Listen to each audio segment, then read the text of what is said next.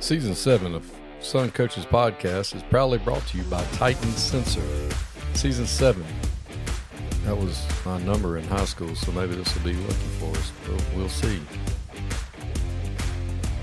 You know, I've learned over time that when somebody's talking about something you really don't want to talk about, you just can always throw in there, hey, I knew this guy once, and then just pretty much make up whatever you want to, and they won't listen to it. They'll get off track. And you don't have to talk about the uncomfortable thing anymore. Coach, like we do every week, tell everybody where you grew up and where you're from. Sun Coaches Podcast, where not everybody has a funny story, but everybody has a story. Hope you enjoy Season 7 of Sun Coaches Podcast. Sun Coaches is proud to partner with Titan Sensor for Season 6 and 7. Titan is made in the USA. Proudly founded and based in Texas. When you connect with Titan, you are not alone. You can collaborate and share templates with other coaches across the country to build reports and foster competition. Used by programs such as State 6A Georgia State champion Grayson High School, Titan can tailor a package to fit your needs. The eye in the sky never lies. Improve your team's performance with Titan. Welcome to Sun Coaches Podcast, Season 7. And as usual, on Sunday evenings, to be released on Tuesday, I'm joined by the Executive Director of the Georgia Fired Football Coaches Association, Coach Ed. Thanks for being on with me. Thanks for having me, Coach. Well, as we go into the playoff season, this section is going to be this actual segment of the show is going to be sponsored by Ed and Eddie's law firm. If you think you got screwed on Friday night, call us. Maybe we can file a suit. And we're going to talk about bad officiating. We've got some stories for you. And Coach Ed, I know there's so many of us that are fired football coaches in the state of Georgia, and sometimes our job, well, all the time, our job depends on teenage kids, but they also depend on old Johnny that works down at AutoZone, but he calls football games on Friday night. And it is my understanding that you have a collection of some of the greatest, worst officiating situations that we've heard of in quite some time. Yeah, and to be honest with you, they are the people who put stuff sent me DMs. You know, this definitely exceeded all expectations, and not for nothing, this by far and away makes me more thankful for the refs up here in North Georgia, because the majority of these stories that I was sent were all from South Georgia, and y'all will hear them, and I'm sure there's even more. I'm sure there's some old head coaches that are retired now that have even worse stories than what are being mentioned, but they're just not on X or Twitter or whatever they call it.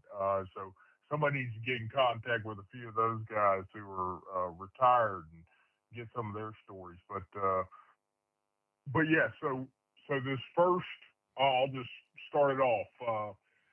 I was sent this one. It goes, this past Friday in a playoff game for our league, we had our scoreboard clock stop working. The head official started keeping the time. We had 10 plays in the second quarter, only up 8-6, and a stop on fourth down. That official then blows the whistle and calls halftime. We'd only been in that quarter for 10 actual minutes.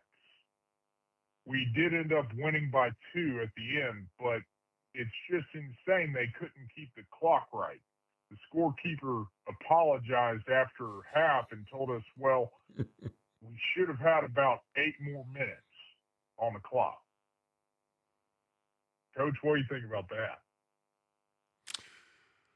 Well, you know, the GHSA bylaw 2.74 says that you can't publicly be critical of officials, but we're telling stories about things that happened in the past. These are documented. This happened. And I get it. It's hard to be an official, and it's hard to get people to do it. And whether it doesn't matter the sport. I've coached football and baseball, and I used to say the same thing about baseball. I don't mind your strike zone's your strike zone, whatever. There's going to be bang bang plays. Same thing in football. There are going to be calls that don't go your way. That's okay. I don't think any of us have a problem with that. What we have a problem with is when people send incompetent officials that don't know the rules of the game, and this sounds like one of those situations.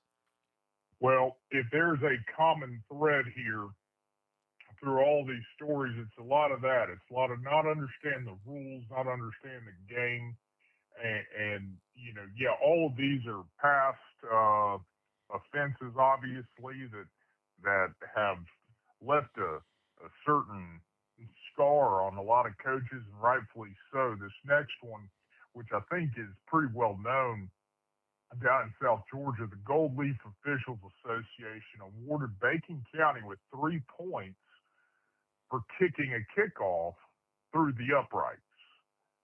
We were on defense, and after a touchdown, we were called for a personal foul on the PAT block that moved them up 15 on the ensuing kickoff. They proceeded to kick it through the uprights. The official then awarded them 3 points, making the score 26-9. Bacon then got an onside kick and mounted a nice little comeback, but luckily we were able to win the game 26-22. Now, speaking as Coach Ed here, I'll be honest, if you would have lost that game, I'm pretty sure you would have been within your certain unalienable rights to burn some property that night. Yeah, that's pretty bad. It kind of reminds me, they used to have a clinic, poor man's clinic in Columbus, Georgia, and I remember one year the great Coach Eli Dupree was up there, and he was the head coach at Wheeler County at the time, and he was drawing up a play going over what he did offensively, and they're in pro, and he got in twins over and covered up the tight end, but when he drew up the routes, he sent the tight end on a skinny post with a smoke route with the 2 receiver side over there to clear out the middle, and a young coach raised his hand, and he said, "Coach, I don't know if you know this, but that tight end's ineligible." He's like, "Yeah, I know, son. I know that. You know that. But where we coach, sometimes we don't get the best officials, and they don't always know that. So we try to run this play at least once a game, just see if we can get away with it." And that's what you're dealing with, because kicking the ball through the uprights is not a free kick. A lot of these to me, they're just funny. I'm not making fun of anybody or disparaging these people. It's just funny because it didn't happen to me. Oh yeah, there's no doubt about that. Now I will say we kind of go into a different, this is not knowing formations or plays or really the basics here. So the writer sent in, we were in trips. We were in tight end trips, and we got flagged for an illegal man downfield on a pass route. I asked why, and they said the tight end was ineligible because there were wide receivers outside of him. I pleaded that they are off the ball. The white hat made me draw it up, and he still disagreed. So we called the other head coach over, and he agreed with me. The white hat said, "Since y'all agree, we'll go with it for tonight." I mean, I got to be honest. That's the first time I've ever heard of that situation playing out that way. Normally, the white hat is like, stuck in their way. So kudos to this white hat for just being like, "Hey, if that's the way y'all want to play it, let's play it that way." But wow, again, that's a very basic day one kind of, hey, know who's eligible, know who's covered up kind of rule. So, but again, kudos to the white hat for just going with the flow on this. Well, when I was coaching down in South Georgia, you'd have Thursday JV games, and our league, it was notorious for, and we were guilty of it too, is, you play defense with 12, 13, 14, as many of them as you could get out there and get away with, because they probably weren't going to call it. And if they did, you just ran one off and you still had more people than they could block. And but the misapplication of the rules and not understanding the rules of the game, to me, is the most frustrating thing. Are you going to make bad calls? Yes. They could call holding every play. Are they going to, call back long runs and things like that? Yes. Are there such thing as point control penalties? Yes. But just the total misapplication of rules is something that I think that's a problem. And when you get both coaches agreeing on something, and it obviously didn't go in the other guy's favor, and he's like, no, that is legal, and you're having to explain that to a white hat, and he says that, well, for tonight, you're good. That's just, again, I can only laugh. Yeah, and these incrementally get probably a little bit more egregious and a little bit more worse. So bear with me on it. But so we were playing a game and we had a holding penalty that called back a touchdown. The holding was called on our center after he drove the defender literally 15 yards downfield. He was on skates. The explanation we got from the umpire said, your guy blocked the defender too good. He didn't let him have a chance to get off the block. Now, I got to be honest, that I don't know how the OL coach and anybody else on the sideline of the offense on that didn't come unglued right then and there. Maybe they were just so flabbergasted at that being the reasoning that they were able to keep it together. But that's the worst. Again, I don't know where that is in the rule book. Again, if there's any officials that end up listening to this, even though I'm sure that they don't care too much for myself, I would love for their take on that. Yeah, I was actually told that one time this season that we blocked too good or we blocked too long or whatever, and so I've devised in my grading system. I just tell my guys, my OL kids, I'm like, look, I'm not gonna get real upset if you get called for a holding penalty. To me, it's a penalty of aggression, and I'll take that every day. It's hard enough to try to get them jokers to block somebody, and they're pleasers anyway. Offensive linemen normally are. 9 out of 10 of them are going to be pleasers, and they're trying to do the best they can do. And that's another problem I have with some of these misapplications of the rules is I used to go argue in baseball games. I'd go, or not argue, but I'd just walk out there. And like if it was a play at second base, I just walk by, keep moving, never stop. Did the ball beat him there? Yeah, coach, the ball beat him there. Okay, thanks. And just keep moving and come on back. But I had to have a reason. I had to have something to tell the kid when I got back to help coach him up and help him with, why did they throw a flag on me, coach? And if I had to look at one of mine and said, well, you just blocked them too good, I don't know. I don't know how that would be received by the student athlete. Without a doubt. Now that that one was a North Georgia officiating crew. This next one's down in your neck of the woods. We ran a jet sweep, and the white hat threw a flag. We assumed it was a holding call, but when I asked for the number of who held, he stated it was an illegal play. I asked, "What do you mean an illegal play?" He said, "You cannot hand the ball off to a guy in motion unless it takes place 4 yards behind the line of scrimmage." Luckily, we ended up winning that game, but we were unable to run jet for the remainder of the game because the white hat stated that if every time we ran it, we were going to get a penalty.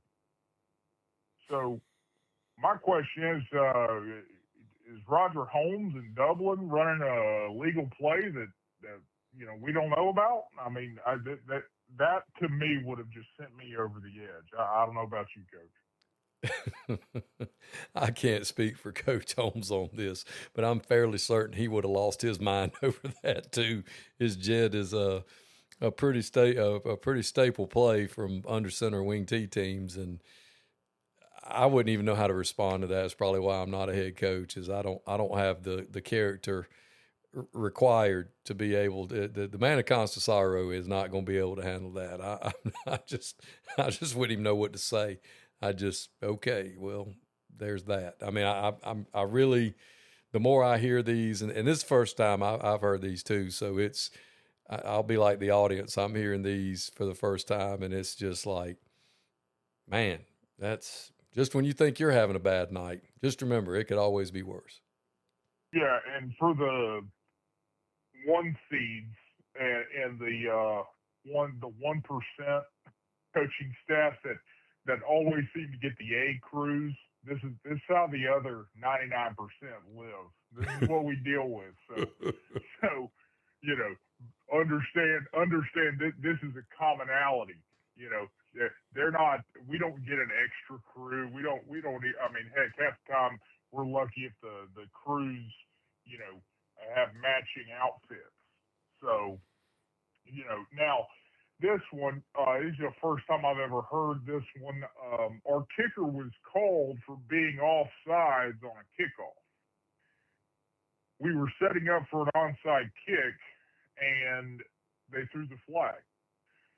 But no amount of arguing that the kicker cannot be offsides worked. The official organization ended up telling us in the next week that we were in fact correct, and their officials were wrong, and it's also in their training manual, but they couldn't go back and change the result. We still got penalized, and I got to be honest with you, that's one of those times where I think I'm on, candid camera or something, a reality show where they're just trying to get my reaction. Because if you tell me my kicker, who I probably talk to the least on the team, the least involved person with that kicker, and you're going to tell me that he is somehow breaking a rule, I'm going to probably have a problem with that, especially on a kickoff. Like, again, don't insert yourself into the games. You should be seen, not heard. It's very simple.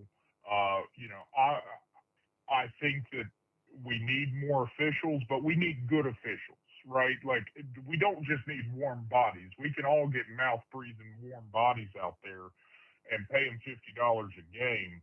But if that's what we're going for, then we need to just blow up that system and figure out a different way. Maybe pay them more, figure it out. But yeah, that right there was the first I've ever heard of that. Yeah, as the Georgia high school football and all sports really landscape grows, and we want it to grow, of course, but and it's the best, we claim it's the best place on earth to play football in high school, one of the best places for high school football in the United States. There are people that lose their jobs over losing games and not making the playoffs and not going play. And sometimes it's not it's a egregiously bad call. It's something that is so unfathomable and something that's so horrid that the average everyday person sitting in the stands is like, well, wait a minute, that doesn't look right. Now, granted, you have to explain to people that we don't play by the same rules as college, and we obviously don't play by the same rules as the NFL. But there's certain things we can do in high school that you can't do at the other two levels, and vice versa. But the fact that some of these calls, especially as we head into the playoffs, somebody's going to get jobbed Friday night, and it's going to happen. They're going to get completely hoodooed over a horrible call, and it may be the one game that this dude had to win. His administrators told him, if you're one and done, you're out. And there's no recourse. There's no, like you said, they came back later and admitted that they made a mistake. Well, that doesn't really do me or my kids any good if we lost the game and you banged us because you were incompetent. That doesn't help me one bit at all. I'm still calling Bubba and Earl's moving company because I know I'm always 2 men in a truck away from a better situation in the off season, because I got fired over poor calls in a game that cost us, whether it's a region championship or a playoff game. And that to me, that's a problem. That's a huge problem. And that's the thing is, it goes back to why we have these jobs that are open, why we have a bunch of stuff open. And, there's a lot of factors that go into some of these playoff places, making a move from their head coach. Some of them are justified, and some of them are just culmination of terrible things that have taken place, whether it's their best kids getting recruited out, or you're a possession or two away in some key games that would allow you another chance to keep building. And to think that the officials would have any any standing on being able to affect your livelihood is we already bet on our livelihood of 14 to 18-year-olds. I don't need to also have to worry about the zebras every single Friday, but that's the world we live in. Now, this next one is in the pregame meeting with the officials years ago, I informed the referee that we had a trick play where we threw a backwards pass to our left tackle. The white hat whipped around and said it wasn't legal. And I said, well, you can throw a backwards pass to anyone at any time. He said, no, that's too deceptive and wouldn't allow it. I mean, I got to be honest. God help this crew, this white hat, if you have a QB who's a magician with his face and bellies that ball and carries that stuff out, because he's going to be throwing some flags all night. We actually ran that play this year, and we had one crew tell us we couldn't run it because of that. And even when we explained that you can throw it backwards to whoever you want to, we were informed, in fact, no, you can't. But then we had another crew that were like, yeah, as long as it's backwards and he's the end man on the line of scrimmage, he's not covered up, you can throw it backwards all the way back to the end line if you want to. And as long as it's backwards. And we did, and we scored on it. So, again, it's just who knows the rules and who doesn't know the rules and the applications of said rules. And although that's a little bit of a weird one, it's not weird to know that you can throw the ball backwards to anyone. That kind of goes into the jet sweep thing right there. I'm still stuck on. I'm still personally stuck on the jet sweep rule. Oh, I'm telling you that one still sends me for a loop, and it goes back to whenever you have those meetings pregame, and I've been in this situation with a pregame official where, hey, we run jet sweep where we toss it in front of us, and so if we drop it like we would 60% of the time, it's an incomplete pass. Well, no matter how many times we went over that with the officials, it always happened, once a game where we drop it and, they would award the other team a fumble, and I'd have to sit there and say, what did we talk about? It's like dealing with a child, right? Now, what did we already talk about? Did we not learn from, what do we remember? We already went over that. And anytime that they would come at me and, say that, hey, we've got, on that one, he tried handing it off. Oh, so he just blatantly didn't do what he's coached to do, and they even made a pocket, too. Okay. Well, great. Well, we got two left here. 2003 Geisa region game goes to overtime in Savannah. The official gives us 4 downs to score from the 25, but not allowed to get a first down. You have to score from the 25 in 4 downs. So I have my team take a knee on the field, and our AD called our state rep in charge and got him on the phone. He was like, well, tell them to stop. And they would not talk to him and threaten to kick me out. So we ended up playing it out like that and lost in double overtime. I was a 2 tight end wishbone team, so 4 downs and 25 yards was brutal. State actually ruled OT was null and void and called the game a tie. Still, I got fined for commenting on officials in the Savannah newspaper. I mean, I don't know how Geisa works. I'll be the first to admit that. But I think somebody should pay his fine for him because, my gosh, that's egregious. Yeah, that's pretty bad, and it's it's not just the GHSA officials, it's GISA officials, GAA officials. It doesn't matter if it's the whatever acronym you want to have, whatever letters you want to have. People are going to have problems with officials, and that's understandable. I mean, this year people have had problems with, SEC officials and the Auburn game in particular, and things like that, and that's understandable. Again, I think most of us, the all we ask is that you do your best to call it both ways, and if you're going to be bad both ways, but at least at the bare minimum, be able to apply the rules that we've been provided with preseason to go over, that we all have to know. I know stories of coaches going up with a digital copy of the white book and showing it to the referee and getting flagged again, for unsportsmanlike conduct, when they're just trying to point out, hey, you made a mistake, dude. You can fix this. But, most of the times they, take that as being shown up, and I can kind of understand that too. But at the end, we just want them to get it right and don't screw the kids out of an opportunity over a misapplication of the rules. Oh, 100%. And that's the thing, right? It's be seen, not heard. Be seen, not heard. Control the game. Take control of the game in terms of not letting it get out of hand, but do so in a manner that's appropriate, not inserting yourself into the game and going on a power trip so everybody sees me and my power that I have out there for, and taking it away from the kids. Now, this is my personal favorite. It doesn't give me like PTSD like the jet sweep thing, but the worst officiated game I've ever seen was from this season. The crew was from the International City Officials Association. They looked as if they had just strolled out of a Spirit Halloween and had bought referee costumes. Side note, there were 2 females on this crew. Before the game, 2 officials, so I'll let you take a guess at which 2 it was, were making TikToks of them dancing and throwing their flags.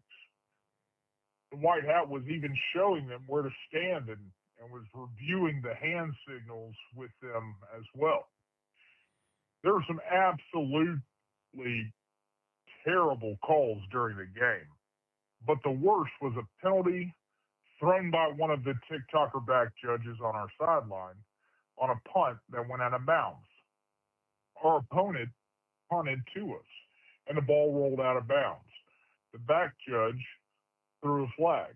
I thought she was calling a hold or something on us, so I ran over there asking about the call. She told me, no, the kick went out of bounds. That's a penalty. I said, ma'am, that was a punt. Her response, yeah, but it's still a kick.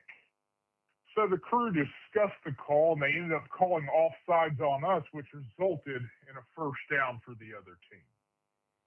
Now, absolutely my favorite submission by a coach in the DMs today.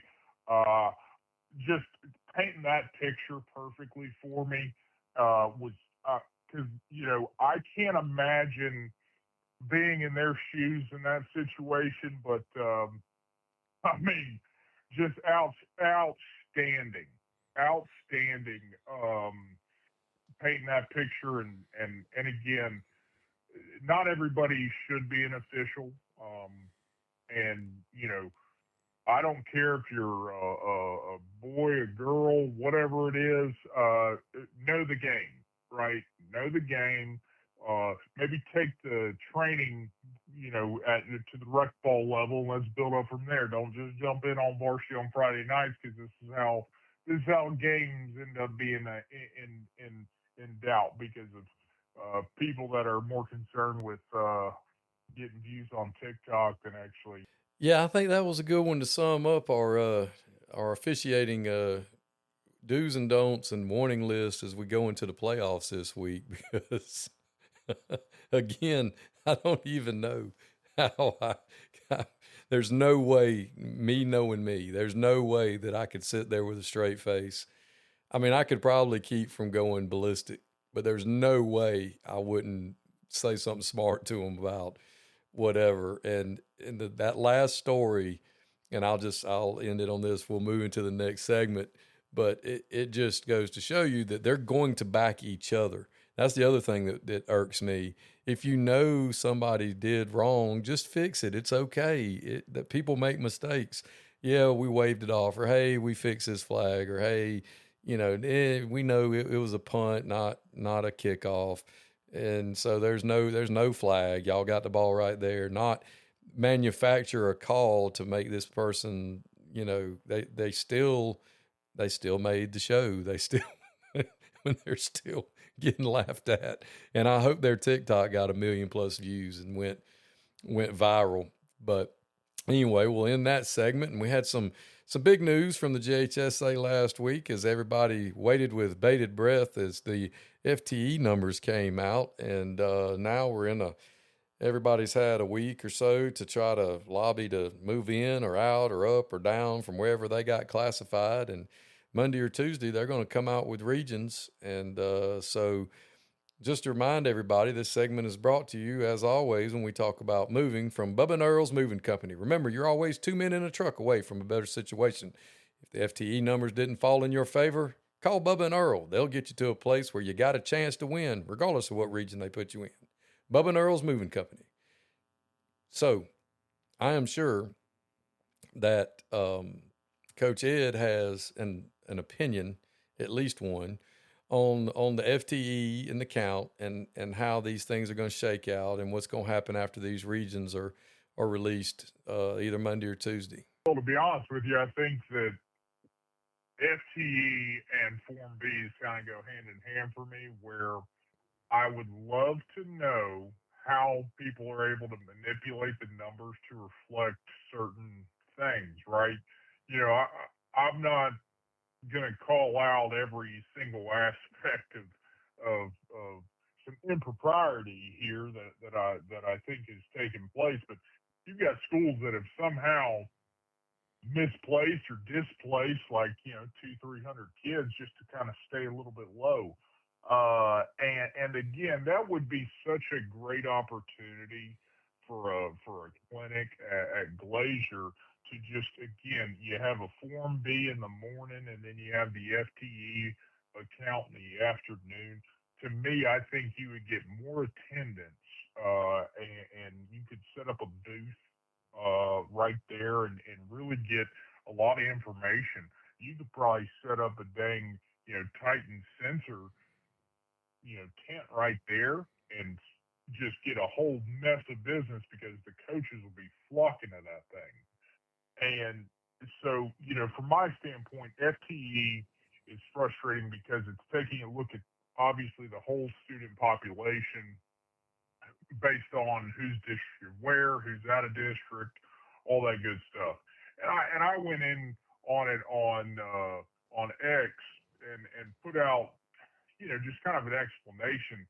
If we just did look at it from a football standpoint, I would like to see how the classifications would look based on the average participation numbers each year instead of just that general population. Because if we're being honest, if we're going to this power ranking system already, what in the world do we need regions for?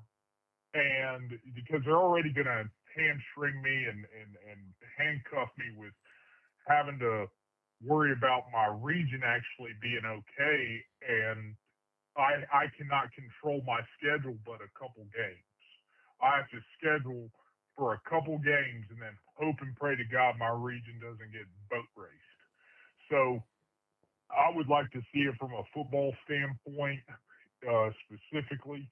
And again, I know that you have to take every sport into account here, but let's cut the bullshit here, right? Like at the end of the day, football makes money. Football can dictate whatever the hell they want to dictate. So, let's stop acting like girls soccer is about to bring butts in seats and pay for everybody else's stuff. So let's make decisions based off what's in the best interest of the football program, because the football program is what pays a lot of bills and pays for the cheerleading team to go to the competitions and pays for the cross country to go and run, even though they probably should just run to the meets. It'd probably be great training to get them in shape for that. So the reality is I would love to see a more football focused FTE where, again, a team that has 40 kids on it but are going to be in 5A next year, well, that's more like they're a single A program. So maybe they should play teams that are more equal in participation numbers. I think you would get a much better idea of kind of where they're at because you have some of these IB programs and magnet schools that yes they have football teams, but do they really? I mean, come on, like I don't really think they do. Well, one of the things that I found interesting, and it was over all the classifications, is that the numbers come out, and there is no to me this is one of the hardest things they have to deal with is trying to figure out what the numbers are going to be. I mean, it's really not that hard because they set a number and they count backwards and they go there. Or they do single A first and they take them out, then they do everybody else and try to divide to make it as easy as they can make it. But with that being said, it was interesting to me how many classifications have people that are currently in a lower classification and they're going to move up in the next cycle and they are significantly above the number to move up. Like in some instances they have 100 children more than they would need, than they could have to play in that lower classification. And if you look, they're probably all pretty successful in the playoffs and favorites to win where they are now, where next year they're not going to be in there. They're getting bumped up. And so you're already competing against a team that has 100 to 150 more students than you do. And if they just pick up 10% of that and they get 10 more football players than you do, that's not equitable. So, I don't know what the answer is. I agree with you on the participation. I brought that up years ago and was laughed out of the building. But, again, math, figure it out. But I just don't know what the answer is going to be. The regions are going to be interesting to see how they're drawn up. You're going to have some regions that have, 10 team, 12 team, and then some that just have 4 because of geographic concerns. And then these teams are left with trying to fill a schedule with 6 more games. And they're not going to be able to, they're going to have to go out of state or they're going to have to spend more money because they got to think about power rankings. They got to think about, making sure they get enough wins. The people that beat us, are they going to get enough wins? Are the people that we're going to beat, are they good enough to get enough points to help us out?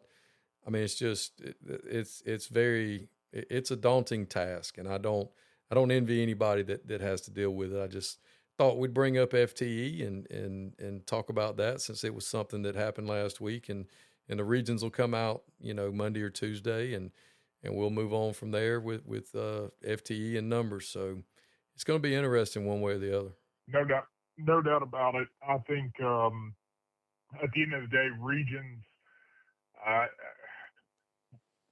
as much as I love having regions, matchups and historical matchups, you can still have all of that.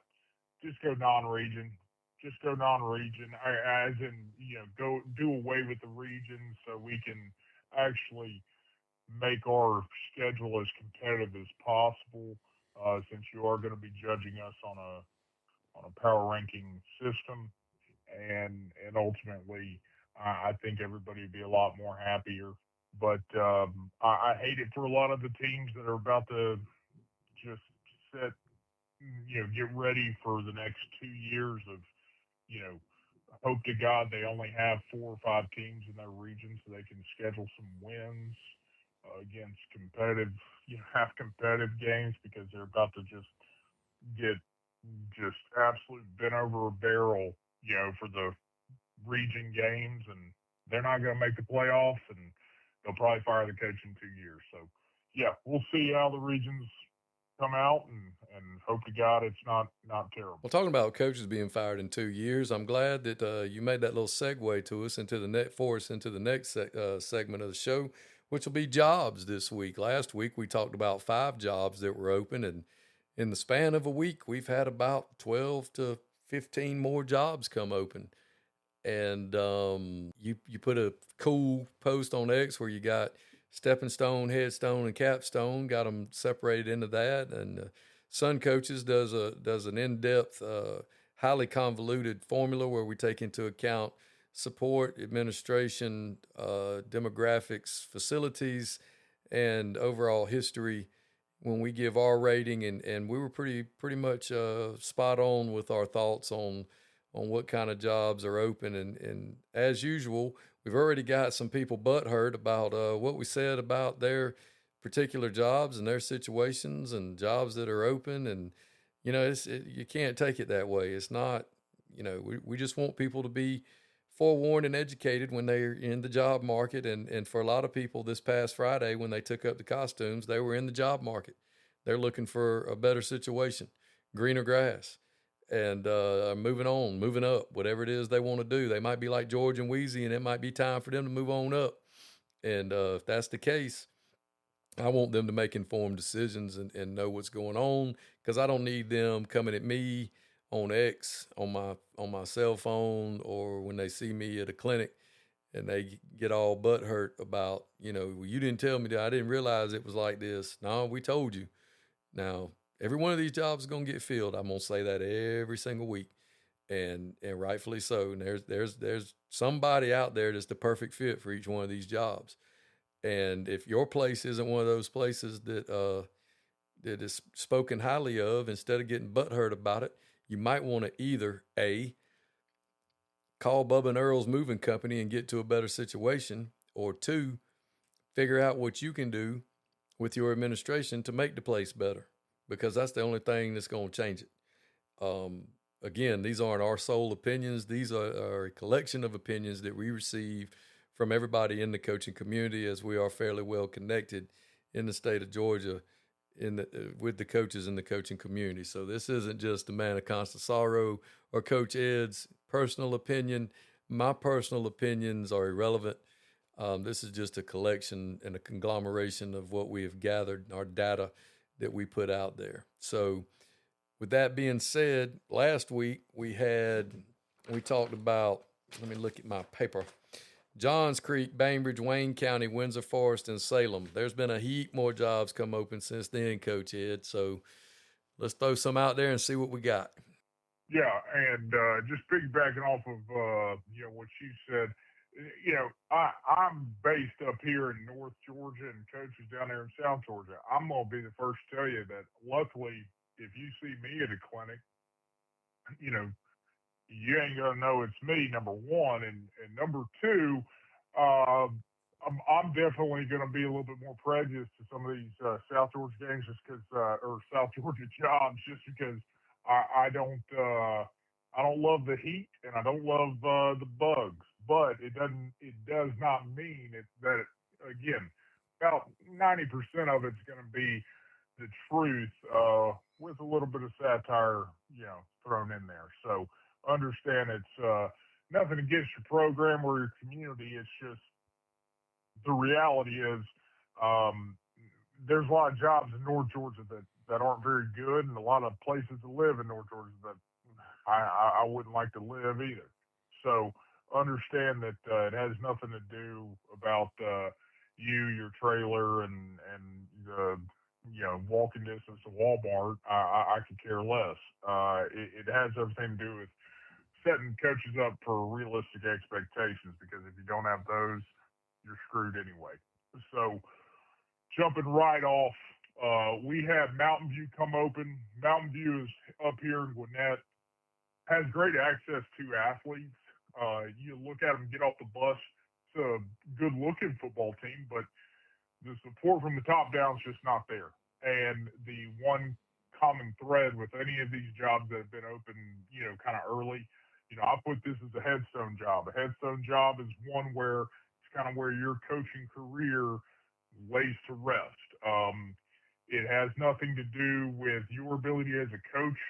More times than not, it has everything to do with the other pieces. It has stuff to do with the admin, the athletic director, the community. All the pieces are they all working together? Or are they not? Mountain View is a perfect example of where it's not. I think that it could be a solid job. You're in Gwinnett County. Gwinnett County will pay you pretty well, but don't expect to work with your wife in the same school system or in the same school building. They don't allow that in Gwinnett County because of marriage. But take that up with the highest paid superintendent in the state. Um, and as for anything else up this way, Appalachia quote unquote came open. They have put an interim tag on defense coordinator there. Um, Appalachia's I put it as kind of a cornerstone job just simply because it's a two school county where yeah, they're the redhead stepchild in the county to Winder. Superintendent decided to handpick the outgoing coach, and um, he was able to show an improved Appalachia team on his way out. But are you going to be able to get the participation you need, get the community support you need, and are they going to give you time to build and sustain, similar to what Coach Lottie had, kind of consistently? Coach, you got anything to say on those two jobs? No, not really. I'm not you're the North Georgia guy. I'm gonna let you comment on those because I have an obvious opposite prejudice than you as far as North Georgia jobs go. If it's not in the mountains where I can look for Bigfoot, I'm not interested in anything metro. And to me, those two jobs are metro jobs, and that just doesn't really get my attention. Now, I will point out another metro job that came open last week was Riverdale High School. And Riverdale High School, we saw them at OTA this summer, and Coach Deuce Robinson was doing a great job there, getting those kids to an OTA, getting them experiences, and trying to do things the right way. And they decided to part ways. And again, there's a common denominator amongst these jobs, and it's the admin, not necessarily in the athletic department, but the building supervisor. And when your building supervisor is not supportive and really could care less whether you ever win a football game, that's just not a very good environment. No, it's not, and there's a few more, North Georgia here. You have let's see, so you have St. Pius private school again. You're not going to want for anything, but and again, private school plays a different level of football. Different kind of football. You can recruit there now. St. Pius has not had as much success as they've had, probably as to some of their, private school, rivals, and those things run deep. So again, I think you got to be a special kind of person, to want that job and take on the challenge that is being at St. Pius. But again, you're not going to be able to afford living there anywhere near the school. So look outside the perimeter, outside 285, and come on in because you're not going to be able to find anything there. And you know, Ridgeland up in the mountains in West Georgia, Northwest Georgia. Coach Sankersley had them in the playoffs back-to-back seasons before he took the Stevens County job.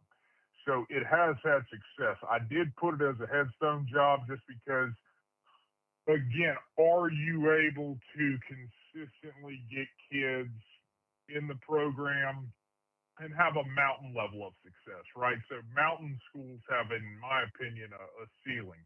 There's not going to be a mountain school that wins a state title, and in my opinion, they just don't have the athletes.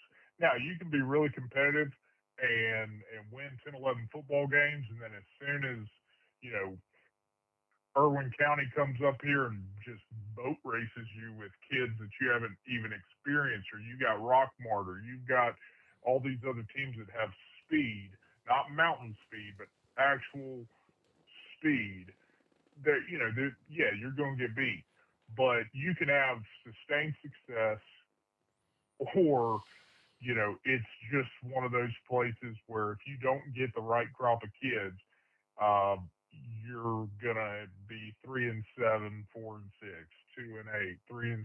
It's just a cyclical thing. So I don't know if there's gonna be that kind of transition for them, but it really just depends on the quality of kids that are in that building, because I don't think it's a job where you're going to be able to bring kids in there.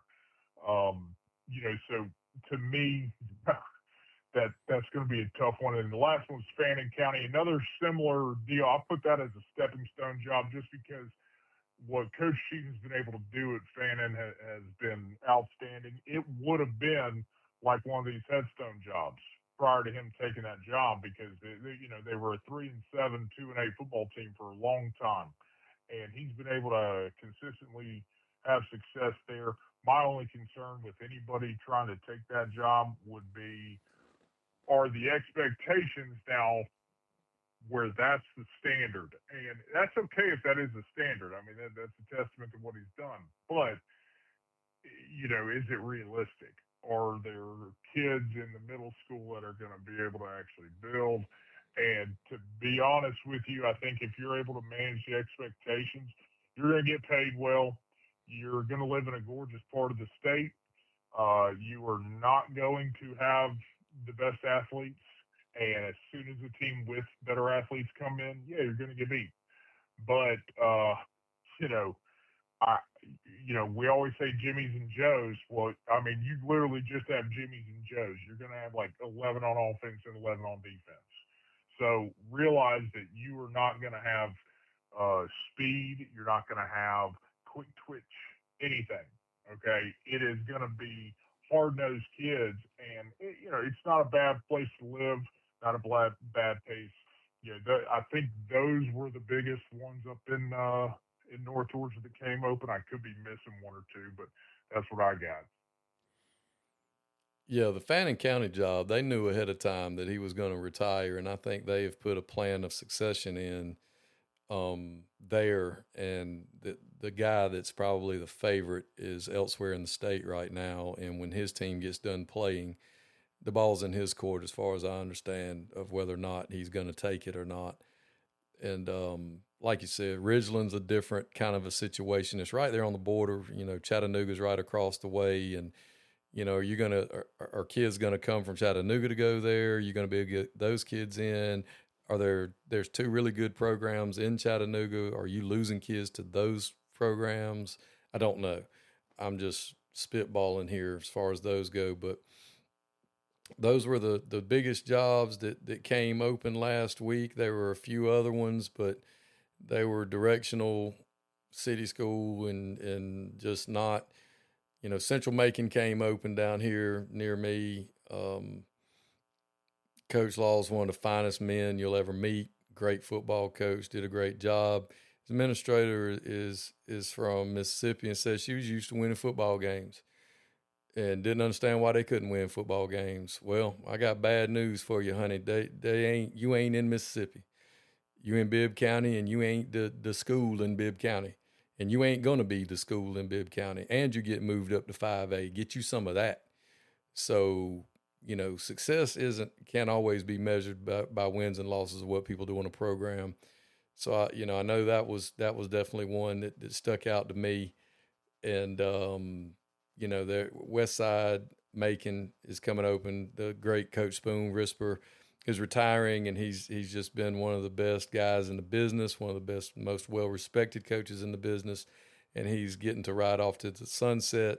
And West Side Macon again. Right now, the power is at Northeast Macon, and when you're in big systems like that, it tends to rotate like that, and it does happen. So I don't know what they're going to do at either one of those places. It's going to be interesting to see, what they decide to do. Bradwell Institute came open. They're going to be on their 6th or 7th head coach in 6 or 7 years. Maybe it's you.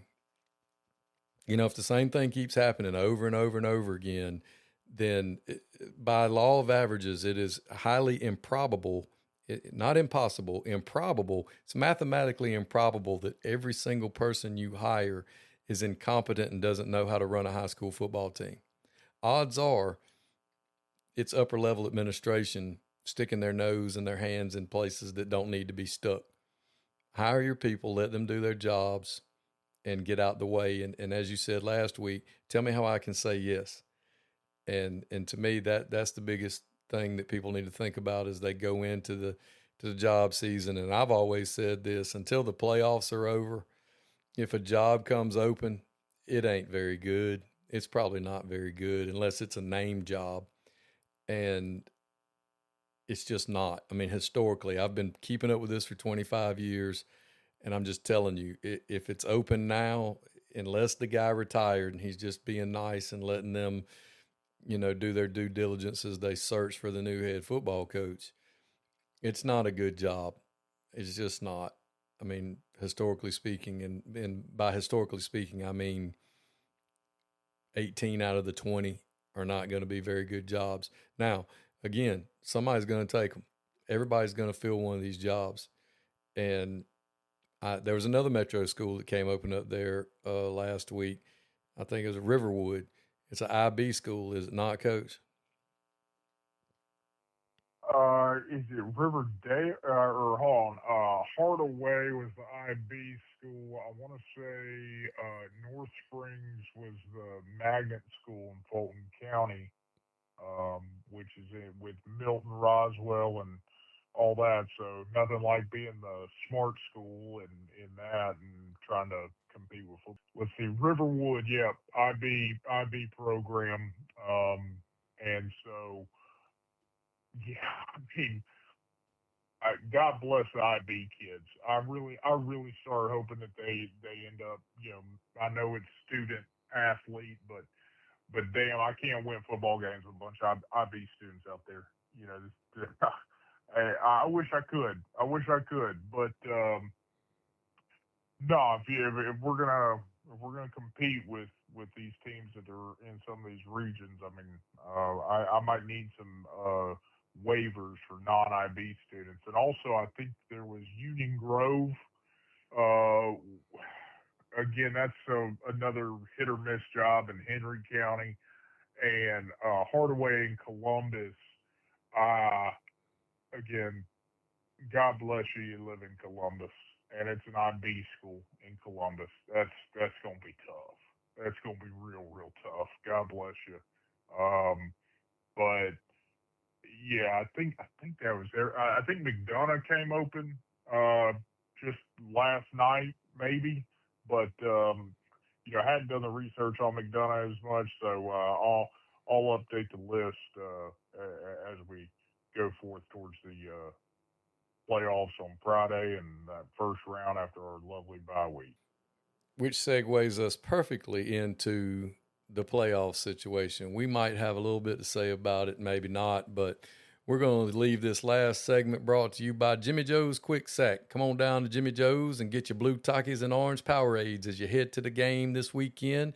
They got Slim Jims and Yoo-Hoos, and if you get there early enough, you might be able to get you a two-piece dark with some fried okra, French fries, and a biscuit on the side. Jimmy Joe's Quick Sack for all your convenience store needs as you head to the playoffs this week. We're talking about playoffs this week after everybody got a bye last week. Recharge your engines, get a couple of extra practices in, break down the film, and the 5-game tournament starts this Friday night. Are there any games that you have your eye on this weekend, Coach Ed? Honestly, I'm interested to see. Hell, honestly, your game up there at Rabin County is going to be interesting. I think that should be a good football game, and hopefully everybody stays healthy on that one. I also, I've done the brackets for the first round of every classification. I think so far, maybe not double A. I'll do that one tomorrow. But the Form B bracket challenge is the 5A or football bracket, and I think that you're going to have some pretty competitive football games, across the board there. And, Lee County and Sprayberry, you're going to have, Villa Rica and Northgate, I think could be pretty competitive. I think that, New Manchester, Newton, another really solid game. Jackson County, Glen Academy, that's a 1-4, but, I think Glen Academy's, been a possession away from a lot of games. And Rocky's a good football coach, so I still lean Jackson on that one. But again, you just have a lot of really good, you know, football games in that one, and then obviously when you start looking at the other brackets, when it gets to the PSR ones, obviously I'm not going to even look at the 132 matchup or the 229, or those are just going to be boat races and thank you for here's your T-shirt kind of thing. Um, but when you do go back to the 4, 5, and 6A, the North Oconee flat bill leggings and backpack coaches invitational, that bracket to me is pretty exciting because you do have some really outstanding games that could again be really competitive. I think you have Stockbridge, Blessed Trinity. You just have so many interesting matchups across the board there. But to me, I'm Ware County's coming up here to Flowery Branch, and that should be a pretty interesting first round matchup because Coach Perry's done a really solid job up here in his first season at Flowery Branch, and obviously Jason Strickland's a hell of a football coach, and they've got it. I mean, Ware County's Ware County, so maybe the cold weather will affect them, but I don't know. Again, there's just some games that I'm very interested to see. You got Eastside from Conyers coming down there to Warner Robins, and Eastside's defense is legit. So Warner Robins, I think, is gonna end up winning that football game, but I think it's going to be a lot more low scoring than what people are expecting. So again, a lot of really solid opening games outside of the PSR window, because I think that you're going to have some, maybe the 14, 16 games on those lower divisions, but ultimately I mean I'll watch them, but I'm excited to see us get past this round and move on. Yeah, the only thing I'm going to say about the playoffs is this. I've been doing this a long time and hadn't always gotten to go to the playoffs because I've been at some places that we just weren't very good. And I had everything to do with all of that. I was all part of that. And I want the coaches that listen to the show and listen to the podcast to understand, some of these younger guys that are in the business, they chose well, they got lucky or whatever it was. They got into a good play. They listened, and they're at a place where they always make the playoffs. And there's going to be some teams that play this week that it'll be the first time they've ever made the playoffs, or it'll be the first time they've made the playoffs since their grandfathers played there, or even, longer than that. Enjoy the ride. You never know if you're going to get to come back. And it is a privilege to get to play that 11th game, that 12th game, and absolutely the ones that follow those. But enjoy the ride, enjoy your time, enjoy every sight, every sound, every inch of the ground, because you never know, it might be the last time that you get a chance to play in the playoffs, even with the expanded PSR with everybody, where we're taking, way more people than need to be going into the playoffs in. It's going to be a great experience for these kids this weekend and for these coaches and their families, and going to parts of the state that they've never been to, and seeing things they've never seen, and seeing some kids play or play against some kids that they've seen on X or on Instagram and that they follow and keep up with their stats. So that the only thing I'm going to say about the playoffs is I just hope everybody understands what an honor it is to get to play that 11th game and to practice one more week while the grass is brown. Well, and I think that's a very honest and good sentiment. I will, take this approach as well, that I do feel for some of those lower seed teams that again, it's no fault of their own, and it's probably due to a lot of good coaching and kids doing a great job. But I always put myself in the shoes of these teams that that they're about to have to go and play against a team that is probably gonna put belt to ass, right? And everybody kind of knows it, but I always wonder what it's like in those rooms. When they get back, take the costumes off, and now they start spring practice again. They're like, "Hey guys, if you work as hard as possible, you get an opportunity to go back to the playoffs. And to me, I just want to know, are any of those kids like, well, shit, I don't want to go back to the playoffs. We got our teeth kicked in. That was the biggest abuse I've ever taken. But I understand your sentiment as well, and I think that you got to take them. It's about the experience. I hope everybody experiences a good, competitive, fun experience, because it is special to make the playoffs. It is an achievement. I pray for everybody's safety on that piece, but when it comes to everybody else and kind of moving after, regardless of the result on Friday, you're one of the 32 best teams in your classification. That is a tip of the cap to you, and you're able to play one more game. And the goal from here on out is to keep being able to play one more game. So I wish everybody the best of luck. And if you need anybody to call and yell at and say, well, you didn't pick us, I'll be that guy for you. Feel free. I'll be pulling for you on X and watching on the lovely NFHS network, and I'm sure all the home teams were able to get their GHSA Wilson GST football sent to them. They got 2 of them. Hope to God the rain's out of the way by Friday, or y'all are going to be up Schitt's Creek without a paddle. But again, looking forward to seeing everybody out there in their playoff costumes with their brand new shiny footballs, and I wish everybody best of luck. And that wraps up this episode of Sun Coaches Podcast. I'd like to thank Coach Ed, as always, for being on with us with his unique take on Georgia high school football as the executive director of the Georgia Fired Football Coaches Association. This is the man of constant sorrow, reminding you to coach hard, coach fast, and have fun. Tune in next time as we talk to the athletic director of Oconee County High School, Coach Kurt Miller. He's going to talk a little bit about classification and his story as a coach. We're also going to talk to Coach Marcus Washington, the head football coach at South Cobb. Season 7 of Sun Coaches Podcast is proudly brought to you by Titan Sensor. Season 7.